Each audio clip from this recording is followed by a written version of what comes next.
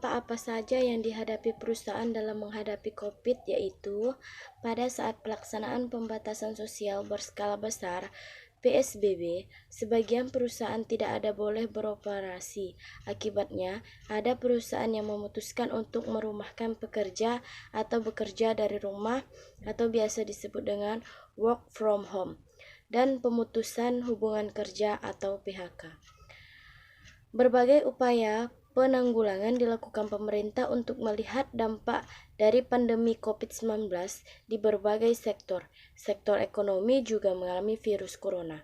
Pembatasan aktivitas masyarakat berpengaruh pada aktivitas bisnis yang kemudian berimbas pada perekonomian. Untuk pembahasan yang kedua yaitu strategi penjualan di masa COVID-19 yang efektif. Buatlah cara strategi penjualan yang kreatif dengan membuat pelanggan tetap melihat cara mempresentasikan produk, seperti contohnya mempromosikan produk melalui video, melalui email yang menarik, dan berbagai cara lainnya yang disesuaikan kembali dengan target pasar produk bisnis. Sebaiknya gunakan media digital saat melakukan promosi, karena pelanggan lebih banyak menghabiskan waktu dan beraktivitas di rumah. Waktu untuk melihat smartphone atau melihat televisi akan lebih banyak dihabiskan pada masa pandemi saat ini.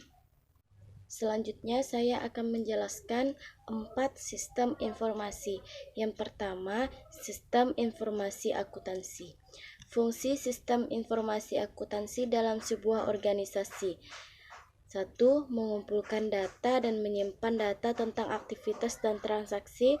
2. Memproses data menjadi informasi yang dapat digunakan dalam proses pengambilan keputusan.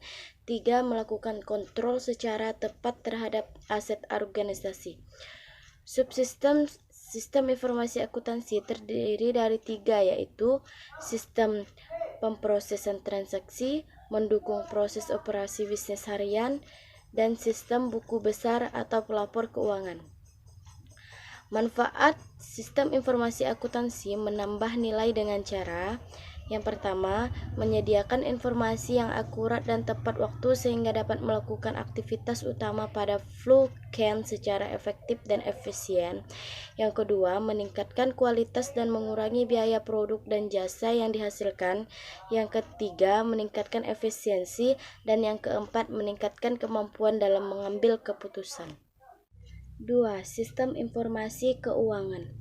Sistem informasi keuangan adalah sistem informasi yang memberikan informasi kepada orang atau kelompok, baik yang berada di dalam perusahaan maupun di luar perusahaan, yang memuat mengenai permasalahan keuangan dan juga menyediakan atau berisi informasi tentang arus uang bagi para pemakai yang ada pada seluruh perusahaan.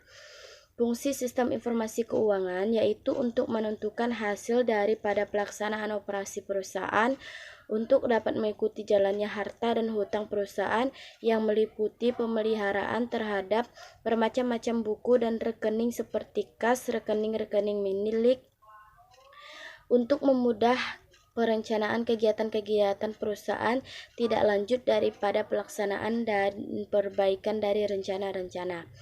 Tujuan sistem informasi keuangan yaitu memenuhi informasi cepat. Maksudnya adalah bahwa standar akuntansi keuangan harus mampu menyediakan data yang diperlukan tepat waktu dan dapat memenuhi kebutuhan. Mempunyai prinsip aman, maksudnya adalah bahwa sistem informasi keuangan harus membantu menjaga hak milik perusahaan untuk dapat menjaga keamanan hak milik perusahaan. 3. Sistem informasi manajemen. Sistem informasi manajemen adalah sekelompok atau sekumpul proses di mana data dapat diolah, dianalisis, dan ditampilkan supaya data tersebut menjadi berguna untuk kebutuhan pengambilan suatu keputusan. Tujuan utama dari sistem ini adalah untuk mengumpulkan dan mengatur semua data dari berbagai tingkat perusahaan, meringkas, kemudian memfasilitasi dan meningkatkan kualitas dan pengambilan keputusan untuk meningkatkan produktivitas dan profitabilitas sebuah perusahaan. Fungsi sistem informasi manajemen yaitu untuk membantu dalam proses pengambilan keputusan, untuk membantu dalam menentukan suatu masalah, untuk membantu dalam hal membandingkan kinerja bisnis, dan untuk membantu dalam hal koordinasi antar departemen. 4. Sistem informasi sumber daya manusia. Sistem informasi sumber daya manusia merupakan sebuah sistem untuk merangkap beberapa aktivitas yang bisa berhubungan dengan akuntansi, manajemen karyawan, kehadiran, hingga payroll. Fungsi penerapan sistem informasi SDM yaitu pencatatan database karyawan secara lengkap seperti tanggal lahir, informasi kontak, status keluarga, dan sebagainya. Pencatatan informasi pekerjaan karyawan seperti posisi, departemen atau divisi, jumlah gaji, atasan atau bawahan, dan masih banyak lagi. Sekian dari penjelasan saya. Saya akhiri. Assalamualaikum warahmatullahi wabarakatuh.